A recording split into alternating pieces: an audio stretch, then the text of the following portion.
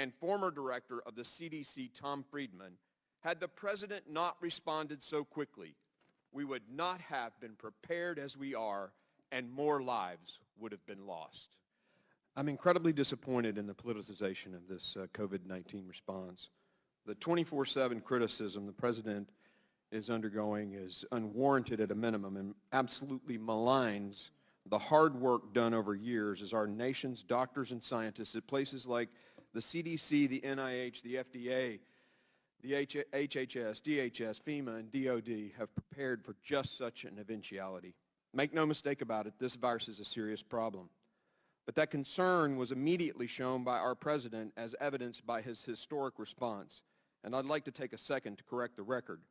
On December 31st, Wuhan officials posted the first notice saying they were investigating a pneumonia outbreak. On January the 7th, the CDC established an incident management system just 7 days later. On January the 17th, CDC sent 100-plus staffers to specific airports in the United States to screen all people coming from Wuhan. On January the 21st, just 3 weeks after the announcement, the CDC activated its Emergency Operations Center.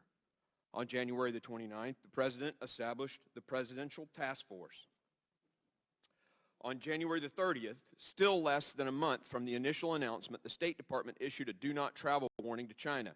January the 30th, the World Health Organization announced that the coronavirus is a public health emergency of international concern, meaning before the World Health Organization even announced a global concern, the administration was working on its response for almost a month and had already established a presidential task force.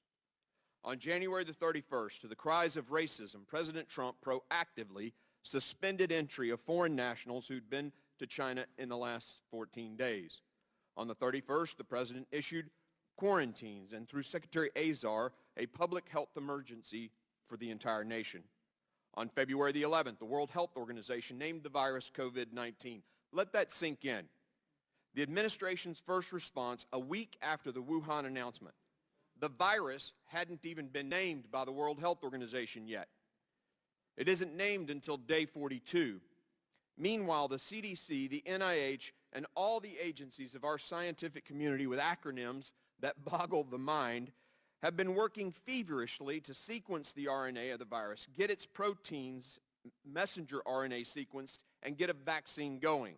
On February the 24th, the president unveiled the initial plan.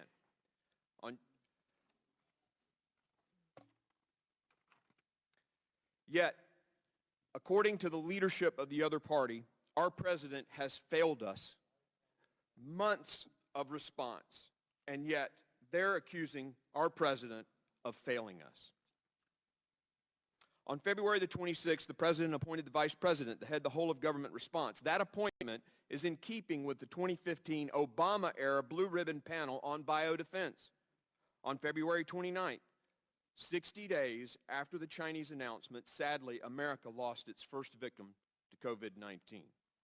So 53 days before America lost a single life to COVID-19, the administration was already working diligently to prepare our country. You've heard the witnesses describe the Herculean efforts their various departments are taking to protect the lives and health of Americans.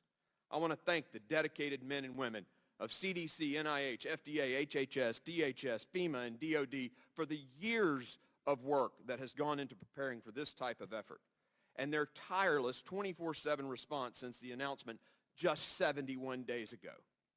America will lose lives to this virus. But as was noted by Obama